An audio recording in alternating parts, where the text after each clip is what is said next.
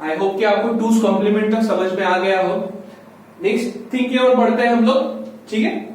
जब हमें instruction sets के प्रोग्राम परफॉर्म करने हैं तो हमें किन चीजों की जरूरत पड़ती है? तो सबसे पहले है हमें चाहिए operation to be perform. Operation to be perform, हमें कौन सा ऑपरेशन परफॉर्म करना है? तो ऑपरेशन जो है वो बहुत तरीके के होते हैं। ऑपरेशन जो है वो अरिथमेटिक होते हैं, लॉजिकल होते हैं, ठीक है। अरिथमेटिक्स में कौन से? Addition, subtraction, multiplication, division. Logical में कौन से? And operation, or operation, XOR operation. ये सारे ऑपरेशंस की हमें जरूरत पड़ती है। तो हमें चाहिए सबसे पहले ऑपरेशन टू बी परफॉर्म। कौन सा ऑपरेशन हमें क्या परफॉर्म करना है? उसके बाद address of source of data. Address of source of data, हमें डेटा का एड्रेस चाहिए। अब वो किस प्रकार होगा, यहां पे ध्यान देंगे सभी लोग। ये जो है ये हो गया मेरा एड्रेस, ये जो है ये हो गया मेरा डेटा। तो एड्रेस जो है वो कुछ इस प्रकार से होते हैं 0000H। Now here H stands for hexadecimal. H stands for hexadecimal. सबसे लोएस्ट 16 बिट का एड्रेस जो होगा वो होगा 0000H। अब 16 बिट का सबसे लोएस्ट ये क्या हुआ? तो सभी लोग ध्यान देंगे यहां पे। अगर मैं इन सभी को इंडिविजुअली निकालूं तो सबसे पहले निकलेगा 0। अगर मैं 0 का बाइनरी लेता हूं तो वो होगा 0000। और ये बाकी सभी 0 है, ये भी 0 है, ये भी 0 है, ये भी 0 है। तो सभी का बाइनरी जो है वो सेम ही होगा 0000000000। सो 4 4 जा 16। ये हो गया मेरा 16 बीट का एड्रेस। ये हो गया मेरा 16 बीट का एड्रेस, ठीक है। ये हो गया मेरा 16 बीट का एड्रेस। अब ये 0000 आए कहां से? तो ये मैं आपको कुछ देर के बाद समझाऊंगा। ये हमें थोड़ा स्पेसिफिकली समझना पड़ेगा। शायद मैंने आप लोगों को पहले बता दिया है, फिर भी मैं एक बार आपको समझा दूंगा। अब इस 00 की शुरुआत जो है ये हमारा डेटा की शुरुआत होगी, एड्रेस की शुरुआत होगी, यहां से हमारी शुरुआत होगी। यहां पे मैं डेटा जो है वो रखूंगा कुछ 27H। अब ये 27 क्या हो गया? 27 क्या हो गया? तो 27H जो है वो 8 बिट का डेटा होगा। 8 बिट का कैसे? ध्यान देंगे आप ये सभी लोग। ये जो है 2, तो इसका बाइनरी जो आता है वो आता है 0010। इसका बाइनरी कितना आता है? 0010। यहां फिर 7 आता है, 7 का बाइनरी कितना आता है? 0111। ये दोनों डेटा मिलाकर हो गए 8 बिट का डेटा। ये दोनों मिलाकर कितने हो गए? 8 बिट का डेटा। देख लो एड्रेस जो है वो कितने बिट का है? 16 बिट का। डेटा जो है वो कितने बिट का है? 8 बिट का। ये सबसे पहले समझो। एड्रेस जो है वो कितने बिट का है? 16 बिट का। डेटा जो है वो कितने बिट का है? 8 बिट का, ठीक है। ये 00100001 कैसे आ गया? जब हम कन्वर्जन करते हैं हेक्सा को बाइनरी में, तब ये डेटा हमें इस्तेमाल करने को मिलता है, ठीक है। तो ये हो गया हमारा address of source of data. ये डेटा मेरा सोर्स है, ये उसका एड्रेस है, ठीक है। इसके बाद क्या आएगा? 0001H। यूनिट प्लेस की जगह चेंज होगी, हेक्साडेसिमल में यूनिट प्लेस की जगह चेंज होगी। उसके बाद 0010H, ठीक है। आप रैंडमली कुछ भी लिख सकते हो, कोई फर्क नहीं पड़ता है। मैं एंड कर रहा हूं इसे, तो एंड इस प्रकार होगा FFFH। ये सबसे हाईएस्ट हो गया, ये सबसे हाईएस्ट हो गया FFFH। क्यों? क्योंकि जब हम लोगों ने हेक्साडेसिमल नंबर्स देखे थे, तो हेक्साडेसिमल नंबर्स में आप लोगों ने देखा था कि शुरुआत जो है वो 0 से होती है और खत्म कहां पे होता है? F पे। तो जब आप लोग F को देखोगे तो F का बाइनरी जो है वो आता है 1111 1111 1111। ये भी पूरा मेरा 16 बीट का डेटा हो गया, 16 बीट का डेटा हो गया ये भी मेरा, ठीक है। ये भी मेरा 16 बीट का डेटा हो गया। तो ये सबसे लोएस्ट वाला डेटा, ये सबसे हाईएस्ट वाला डेटा। इसकी वैल्यू सबसे लोएस्ट रहेगी। क्यों? क्योंकि 0000 है, इसकी वैल्यू सबसे हाईएस्ट रहेगी। क्यों? क्योंकि यहाँ पे सभी 1 1 1, ठीक है। तो मुझे यहाँ पे कोई भी अनरैंडम डेटा रखना है, मैं रख सकता हूं। सब हेक्साडेसिमल के फॉर्म में होंगे, सभी के सभी मेरे हेक्साडेसिमल के फॉर्म में होंगे। यहाँ पे हेक्साडेसिमल रिप्रेजेंट करना है तो एंड में आएगा h, तो एंड में आएगा h। ये h जो है वो रिप्रेजेंट करता है हेक्साडेसिमल्स, h जो है वो रिप्रेजेंट करता है हेक्साडेसिमल्स, ठीक है। उसके बाद थर्ड जो है वो है address of destination of data. अब मुझे कौन सा डेटा कौन से डेस्टिनेशन पे पहुंचाना है ये भी मुझे चाहिए। मुझे कहां से डेटा उठाना है, अगर मैं सपोज करता हूं कि मुझे डेटा जो है यहां से उठाना है 0001 से, तो मैं यहाँ पे जो भी डेटा होगा, मान लीजिए 3AH, मैं इस डेटा को उठाऊंगा और एड्रेस ऑफ डेस्टिनेशन मुझे यहाँ पे पहुंचाना है FFFFH पे, तो मैं ये जो 3AH जो है इसे यहाँ पे पहुंचाऊंगा। तो ये जो डेटा है ये रिप्लेस होकर क्या हो जाएगा 3AH, ठीक है। ये होता है address of source of data, address of destination of data, ठीक है। तो इन चीजों की हमें जरूरत पड़ती है। उसके बाद एड्रेस मोड। एड्रेस मोड क्या है? तो एक ऐसी जगह या फिर ऐसी चीज जो एड्रेस मोड जो है कि जब हम सोर्स को डेस्टिनेशन के पास पहुंचा देते हैं, सोर्स को डेस्टिनेशन के पास पहुंचा देते हैं, तब हमें एड्रेस की जरूरत पड़ती है, तब हमें एड्रेस मोड्स की जरूरत पड़ती है। अगर मैं एक एग्जांपल दूं आप लोगों को यहां से गोवा जाना है, ठीक है। आप लोगों को यहां से गोवा जाना है, बहुत पैसे वाले हो, बहुत अमीर हो आप लोग, बहुत अच्छी बात है भाई, अच्छी बात है, होना भी चाहिए। तो आप लोग जो है वो प्राइवेट चार्टर्ड प्लेन कर सकते हो, पूरा रईसी मस्त आलिशान होकर बढ़िया हम गोवा पहुंच सकते हैं। पहला मोड हो गया हमारा। थोड़ा सा उससे थोड़ा कम अमीर हो आप लोग, तो आप लोग क्या करोगे, आप सीधा फ्लाइट की टिकट निकालोगे। हाँ, मस्त बिजनेस क्लास पे बैठ के जाओगे, बढ़िया मस्त खाना वाना मिलता है, एक नंबर एयर हॉस्टेस देखने को मिलेगी, बढ़िया आप लेकर निकल जाते हैं। उससे थोड़ा कम बजट है, आप बोलोगे काम करता हूँ यार, पणजी तक मस्त ट्रेन से जाता हूँ, ट्रेन से। थोड़े और कम अमीर होगे आप लोग बोलोगे कि यार चलना है, गाड़ी कर लेते हैं ना, मस्त 4 लोग हैं, जाएंगे बढ़िया गाड़ी से जाओ। पूरे गांव गरीब हो आप लोग बोलोगे चल भाऊ, काटना साइकिल निकाल, गाड़ी निकाल, उससे चलते। पर ये हो गए आपके मोड्स, ठीक है। तो इन मोड्स की वजह से आप जो है यहां से गोवा तक जा सकते हो। तो जब आप लोग ऑपरेशंस परफॉर्म करोगे,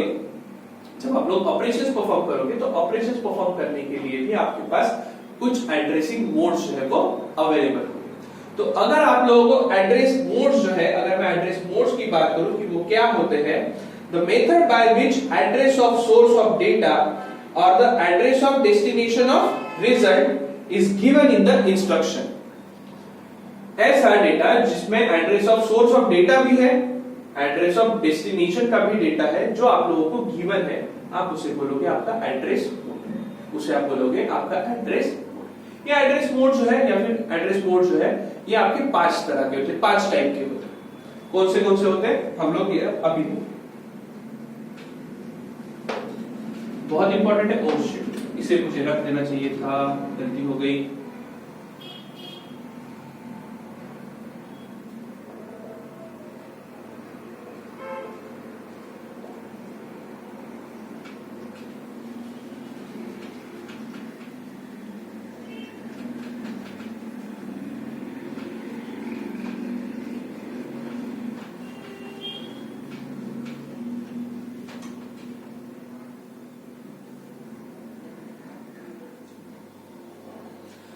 तो एड्रेसिंग मोड्स, अब हम देखेंगे एड्रेसिंग मोड्स। ये इंपॉर्टेंट क्वेश्चन है, आप लोगों को पेपर में पूछा जाता है। एड्रेसिंग मोड्स, सबसे पहला है register addressing modes. Register addressing modes, तो रजिस्टर मैंने आप लोगों को पेपर सेकंड शुरू होते ही हमेशा हर बार बताया आप लोगों को। रजिस्टर इज अ थिंग या फिर रजिस्टर ऐसी एक चीज होती है जो आपके वैल्यू को टेम्पररीली होल्ड करके रखता है। Register is a thing which holds your value for temporary, ठीक है, जो आपके वैल्यू को थोड़ा टेम्पररीली होल्ड करके रखता है। तो रजिस्टर एड्रेसिंग मोड्स में आपकी वैल्यू जो है, आपके ऑपरेंड्स जो है, जिन्हें हम ऑपरेंड्स बोलते हैं, ऑपरेंड्स मतलब जिनके ऊपर हमें ऑपरेशन परफॉर्म करना है, तो वो जो है वो रजिस्टर एड्रेस में सेव होते हैं, ठीक है, वो रजिस्टर एड्रेस में सेव होते हैं। अब रजिस्टर एड्रेस कौन से हो गए? तो वो हो गए आपके ए बी सी डी ई, उसके बाद आ गया आपका एच और एंड में आ गया L. A B C D E H and L, ये हो गया आपके जनरल पर्पस रजिस्टर। इन्हें हम बोलते हैं आपके जनरल पर्पस रजिस्टर, इन्हें हम बोलेंगे आपके जनरल पर्पस रजिस्टर, ठीक है, इन्हें हम बोलेंगे आपके general purpose register. A B C D E H and L, ये हो गया आपके जनरल पर्पस रजिस्टर। ये सभी के सभी याद रखो, ये बात जो है हमेशा याद रखना, ये जो है सभी के सभी, ये सारे के सारे आपके सारे के सारे जो है कितने होते हैं? 8 बीट के। कितने बीट के होते हैं? 8 बीट के होते हैं। ये कितने बीट्स के होते हैं? हमारे 8 बीट्स के होते हैं। ये कितने बीट्स के होते हैं? हमारे 8 बीट्स के होते हैं, ठीक है। तो अगर मैं एग्जांपल लेकर इसकी बात करूं, अगर मैं एग्जांपल लूं तो कुछ इस प्रकार होगा कि मूव, एक एग्जांपल देखते हैं हम यहां पे, MOV, ये this MOV stands for move, shortcut है इंस्ट्रक्शंस का, ठीक है। ये इंस्ट्रक्शंस आपको आपके ALP में यूज करनी पड़ेगी, असेंबली लैंग्वेज प्रोग्राम में यूज करनी पड़ेगी। तो MOV stands for move, move A, B, move A, B। तो कैसा हो जाएगा कि अगर मैं बोलता हूं कि ये जो B है ये मेरा सोर्स ऑफ डेटा है,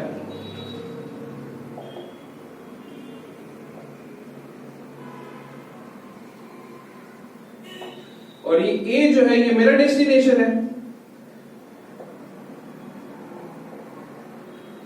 ये B जो है ये सोर्स ऑफ डेटा है, और ये A जो है ये डेस्टिनेशन है। तो B का डेटा किस में आ जाना चाहिए? A में आना चाहिए। B का डेटा किस में आना चाहिए? A में आना चाहिए, ठीक है। अब भाई कैसे आएगा मुझे तो नहीं पता। सपोज करते हैं हम लोग, एक सपोज करते हैं कि B सोर्स ऑफ डेटा जो है हम पकड़ लेते हैं 9BH, इसे पकड़ लेते हैं, ये हो गया मेरा B। तो B की वैल्यू कितनी होगी यहाँ पे? 9BH। तो मूव होने के बाद A की भी वैल्यू कितनी हो जाएगी? 9BH। A की वैल्यू कितनी हो जाएगी? 9B। ये देखो मैंने यहाँ पे A जो है ये भी रजिस्टर पेयर यूज किया है, ये B जो है ये भी मैंने रजिस्टर ही यूज किया है, ठीक है। A भी मैंने रजिस्टर ही यूज किया है, B जो है वो भी मैंने रजिस्टर ही यूज किया है। तो जब आप रजिस्टर एड्रेसिंग मोड्स की बात करोगे तो आप हमेशा हमेशा किसे यूज करोगे? आप अपने रजिस्टर को यूज करोगे। आपके पास रजिस्टर कौन से है? A, B, C, D, E, H and L। A, B, C, D, E, H and L, ये हो गया आपके जनरल पर्पस रजिस्टर। ये जो है ये हो गया आपके जनरल पर्पस रजिस्टर, ठीक है। ये हो गया हमारा सबसे पहला एड्रेसिंग मोड। अब दूसरा एड्रेसिंग मोड देखेंगे हम लोग।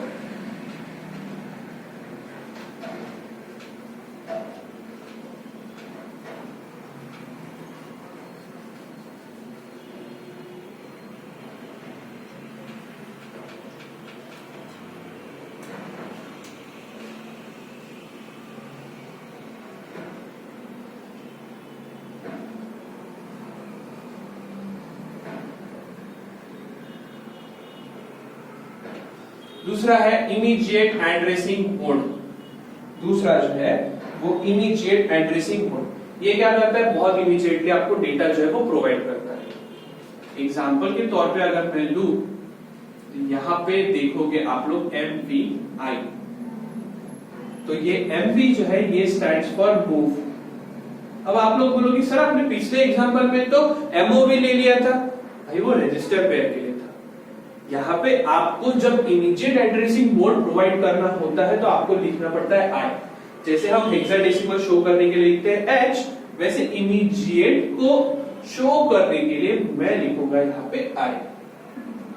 इमीडिएट एड्रेसिंग मोड को शो करने के लिए मैं यहाँ पे क्या लिखूंगा आई। सो MVI, I stands for immediate, I stands for immediate, I stands for immediate. ठीक है, तो अगर ये मेरी इंस्ट्रक्शंस है MVI, तो मैं क्या करूंगा कि इसके बाद ना अगर मुझे इसके ऊपर कोई भी मूव इमीडिएट, कोई एक वैल्यू ले लेते हैं हम लोग, पहली वाली वैल्यू लेते हैं ए, इसमें लेते हैं 27H। ठीक है, MVAI, यहाँ पे ए जो है बहुत दूर हो गया, मैं यहाँ पे लिख देता हूं ए। तो ए क्या हो गया मेरा रजिस्टर पे। अब सपोज करता हूं कि ए में वैल्यू जो है वो है 27H। इसके बाद ना मुझे अगर इसमें ऐड करना है तो ADI, ये AD stands for add, I stands for immediate. I में वैल्यू कितनी है, फॉर एन एग्जांपल कुछ भी ले लेते हैं हम लोग, I में सपोज करते हैं वैल्यू है 11H। ठीक है, तो इन दोनों के एडिशन करेंगे, 7 और 1 8, 2 और 1 3, आंसर हो गया मेरा 37H।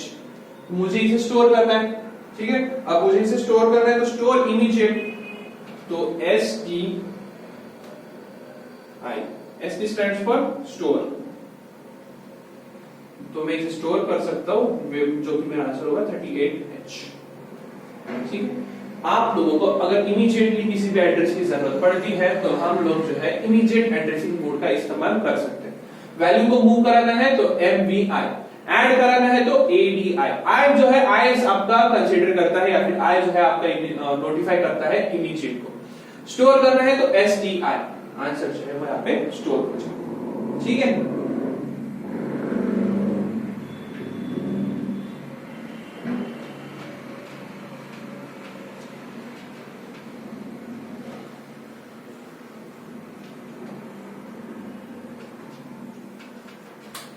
थर्ड देखते हैं हम लोग।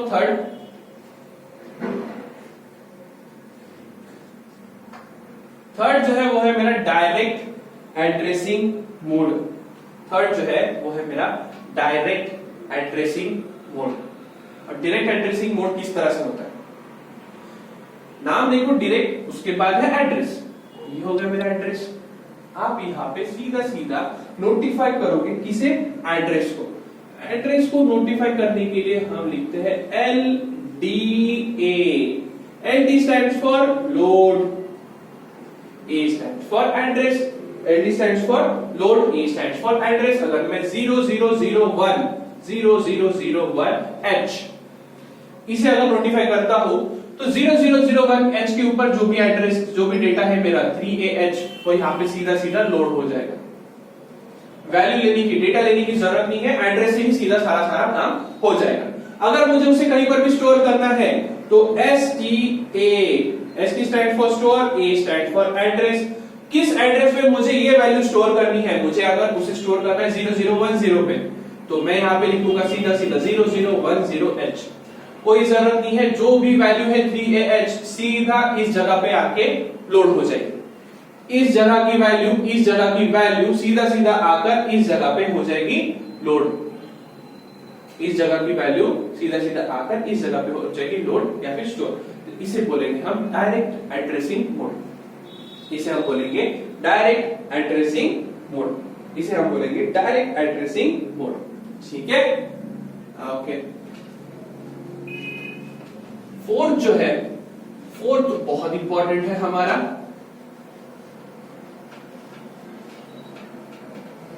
ओह शिट, गलती से मुझसे हमेशा गलती ही हो जाती है मेरे ऊपर, कब गलत से मिटा गया। ठीक है, कोई problem. Register indirect addressing mode. सभी लोग ध्यान देंगे, रजिस्टर इनडायरेक्ट एड्रेसिंग मोड। मैंने आप लोगों को सबसे पहला पढ़ाया है रजिस्टर एड्रेसिंग मोड, इसमें है रजिस्टर इनडायरेक्ट एड्रेसिंग मोड। तो जब हम लोगों ने रजिस्टर पढ़ा तब उसमें मैंने आप लोगों को बताया था कि आपके पास रजिस्टर पेयर्स होते हैं A, B, C, D, E, H and L। तो इसमें जो है आपके पास जो है रजिस्टर पेयर्स बनते हैं। क्या बनते हैं? Register pairs.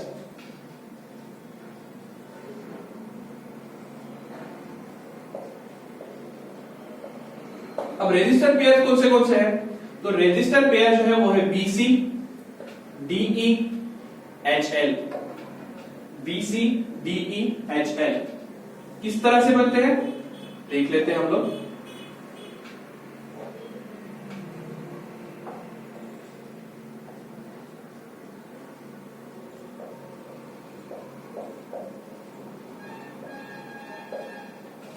रजिस्टर पेयर जो है वो बनते हैं फ्लैग्स और एक्यूमुलेटर के कॉम्बिनेशन से। रजिस्टर पेयर जो है वो बनते हैं फ्लैग्स और एक्यूमुलेटर के कॉम्बिनेशन से। ये दोनों जो है वो दोनों 8-8 बीट के होते हैं। दोनों कितने बीट के होते हैं? 8-8 बीट के होते हैं।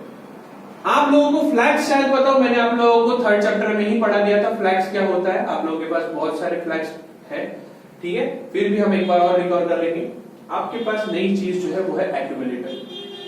एक्यूमुलेटर क्या काम करता है तो लिख लो, याद रखो, सभी लोग लिख लो। एक्यूमुलेटर का आपको सबसे ज्यादा काम पड़ने वाला है।